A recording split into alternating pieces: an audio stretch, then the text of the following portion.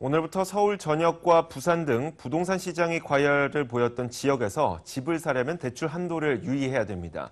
6.19 부동산 대책에서 예고한 대출 규제가 적용되기 때문입니다. 김학준 기자입니다. 새 정부 부동산 정책의 핵심은 부동산 투기 억제. 투기 세력들이 대출을 통한 레버리지로 과도한 이익을 얻는 것을 막기 위해 오늘부터 부동산 대출 규제가 강화됩니다.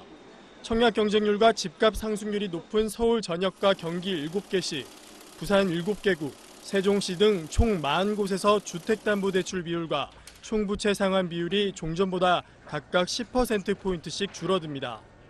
또 아파트 분양 시 받을 수 있는 집단대출에도 강화된 LTV가 적용됩니다.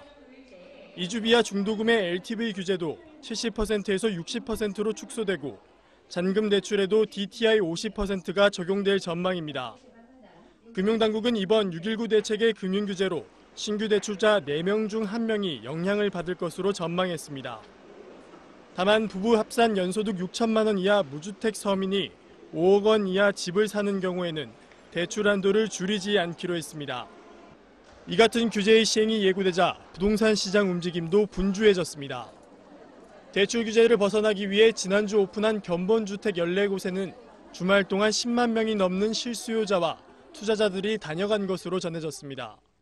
수요자들이 집중하는 도심의 새 아파트라던가 전세 가격이 아직 강세를 띠고 있는 대도시들에서의 내 집 마련 실수요의 움직임도 있기 때문에 사실상 실수요 시장에서 투기와의 전쟁 이후에 주택 가격이 하락할 거다라는 기대를 갖기는 아직 어려운 상황이다 보니까 여전히 이제 정책에 대한 기대감을 가짐에도 불구하고 동시에 주택을 좀 계속 마련해야 되나 이런 불안감을 갖고 있는 것으로. 시황은 대책 발표 이후 관망세가 짙어지고 있습니다. 지난주 전국 아파트 매매 가격은 2주 연속 0.03% 오르는 데 그쳤고 서울과 부산, 세종 등 조정 대상 지역은 관망세가 더 강해 향후 부동산 시장의 움직임에 촉각이 모아지고 있습니다. 머니투데이 방송 김학준입니다.